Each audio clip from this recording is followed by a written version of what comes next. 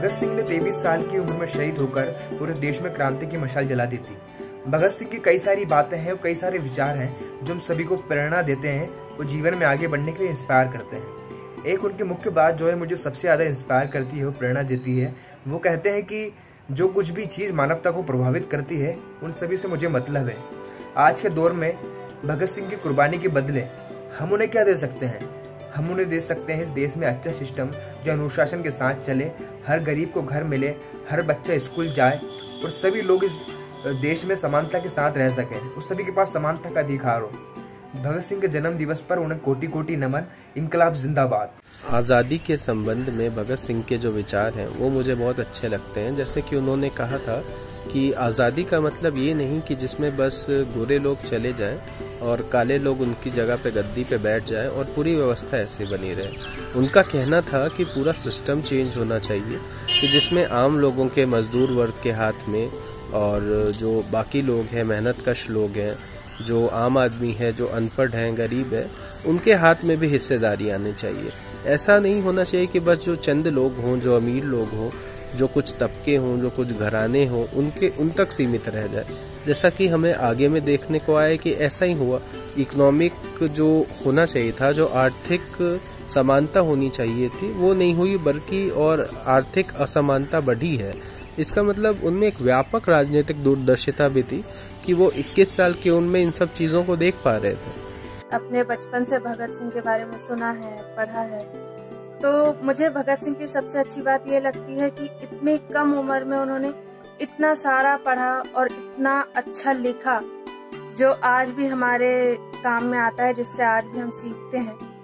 और भगत सिंह की दूसरी बात ये कि इतनी कम उम्र में इतनी राजनीतिक समझ उनमें थी कि वो अपने घर, परिवार और दोस्तों के बारे में छोड़कर एक देश के बारे में, पूरी मानवता के बारे में सोच पाते थे।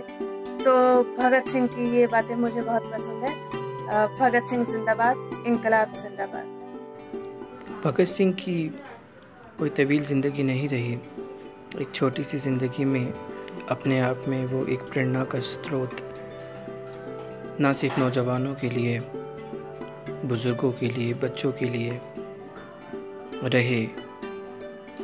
जैसा कि एक वाक़या मेरे जहन में आता है, भगत सिंह जब 12 साल की उम्र में थे और 1919 में जब जलियांवाला बाग का ये नरसंहार हुआ और उसमें वो उस जगह पर जाकर खून से रती हुई मिट्टी को लेकर आते हैं और अज़्म करते हैं, इरादा करते हैं, ये निश्चय करते हैं कि मुल्क में हो रहे ज़ाती के ख़िलाफ़, जुल्म के ख़िलाफ़ वो लड़ेंगे। और 1920 में जब नॉन कोऑपरेशन मूवमेंट, असहयोग आंदोलन होता है, उसमें बढ़ चढ़ कर हिस्सा लेते हैं। साथ ही चोरा चोरी के बाद में जब वो उसे रोक दिया जाता है तो वो अपनी नाराज़गी जताते हैं महात्मा गांधी से। एक नन्हा सा बच्चा जिसकी इतनी उम्र नहीं है, उसमें समझ नहीं है, और इसी तरह से वो नौजवानी की दहलीज़ पे कदम रखता है। उस वक्त में एक नौजवान के जहन में परिवार होता है, कारोबार होता है, रोज़गार होता है, लेकिन उस वक्त में भगत सिंह की नज़र में सिर्फ यही था कि जो कमज़ोर तबका है, इस देश में जो जुल्म हो रहा है, उसके ख़िलाफ़ उसे आवाज़ उठाना है। और उन्होंने आवाज़ उठाई। और यहाँ तक कि जब सेंट्रल असेंबली के अंदर वो बॉम्ब को फेंकते हैं, इस नीयत से फेंकते हैं क्योंकि वहाँ भी एक वजह ये थी कि जो मज़दूर बिल, पहले से ही कितने ही लोग परेशान हाल थे इस ग़ुलामी की वजह से, और मज़दूर बिल की वजह से और ज़्यादा वो परेशानियों में मुलव्विस हो सकते थे। भगत सिंह ने इसी बुनियाद पर उन लोगों को जगाने के लिए, बताने के लिए, किसी को नुकसान नहीं पहुंचाया, और वो बम से उन्होंने असेंबली के अंदर हमला किया। और जब वो जेल पहुंचते हैं तो वहाँ भी वो ये देखते हैं कि जो हिंदुस्तानी कैदी हैं उनके साथ अच्छा बर्ताव नहीं होता है, उन्हें साफ़ और स्वच्छ पानी और खाना नहीं मिलता है। इसी की बुनियाद पर वो लोग भूख हड़ताल करते हैं।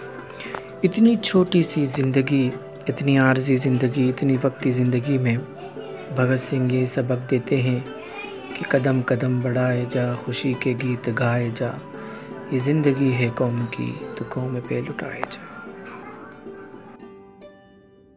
भगत सिंह के बारे में अगर हम आज युवाओं से पूछें कि वो उनके बारे में क्या जानते हैं और किस चीज़ से वे सबसे ज़्यादा प्रभावित हैं, तो बहुत तो ऐसे भी मिलते हैं जो ये कहते हैं कि उन्होंने आज़ादी की लड़ाई में हिस्सा लिया था, इसके अलावा और कुछ नहीं पता। लेकिन कुछ संवेदनशील पढ़ने लिखने वाले युवा भगत सिंह के बारे में पढ़ते हैं, लिखते हैं और हमने उनके विचार सुने।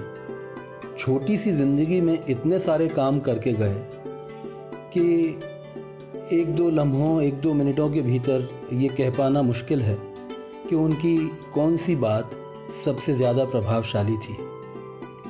भगत सिंह के सोच विचार के भीतर जब समाजवाद के विचार ने प्रवेश किया, तब से उनकी ज़िंदगी के क्रांतिकारी व्यक्तित्व के भीतर एक ऐसा बदलाव आना शुरू हुआ जो आज़ादी का एक बड़ा अर्थ समझ पाता था। क्योंकि आज़ादी सिर्फ किसी एक व्यक्ति से या किसी एक शासक से मुक्त होने की परिकल्पना नहीं, आज़ादी एक संपूर्ण मनुष्यत्व की ओर, एक इंसानियत की ओर, उसके बेहतरीन स्वरूप में बढ़ने की अवधारणा है। और ये बात समाजवाद की व्यवस्था में ही संभव है। इस बात को भगत सिंह ने जब जाना और अपने संगठन हिंदुस्तान रिपब्लिक आर्मी के भीतर सोशलिस्ट शब्द का समावेश किया, तो ये उनकी एक राजनीतिक छलांग का परिचायक था। और दूसरी बात, भगत सिंह ने जिस तरह से पूंजीवाद को यह समझा कि यह दुनिया सबसे बड़ी बुराई है, ठीक उसी तरह से उन्होंने यह भी समझा कि मजहब, धर्म, ईश्वर में विश्वास, यह सब बातें मनुष्य को अंधविश्वासों की ओर, बंटवारे की ओर ले जाती हैं। और इसलिए उनके उस लेख का उल्लेख बहुत ज़रूरी है जो उन्होंने फांसी पर चढ़ने के पहले लिखा था, मैं नास्तिक क्यों हूँ। भगत सिंह को यूँ तो शहीद आज़म कह कर के दुनिया के, देश के मुख्तलिफ संगठन सभी सिर माथे पर बिठाते हैं, शहीद आज़म कहा जाता है।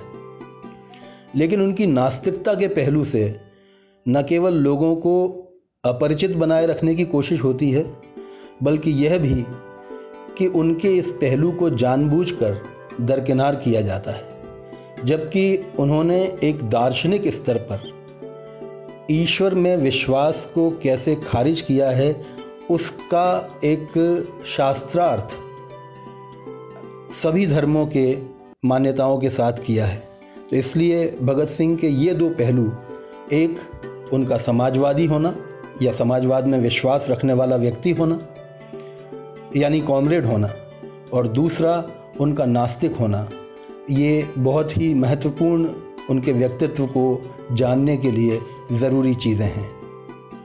आज जिस तरह के बर्ताव जनता के साथ में सरकार कर रही है, उससे ये याद आना भी स्वाभाविक है जो भगत सिंह ने एक फ्रेंच क्रांतिकारी मार्किस दे लाफायेते को उद्धृत करते हुए अपनी जेल नोटबुक में लिखा था, अगर सरकार जनता के अधिकारों को कुचलने वाली हो तो ये बहुत ज़रूरी और जनता का ये आवश्यक कर्तव्य है कि ऐसी सरकार को वो उखाड़ फेंके। आज के दिन भगत सिंह के इस संदेश को हम सबको याद करने की और उस पर अमल करने के लिए कोशिशें करने की ज़रूरत है। इंकलाब जिंदाबाद।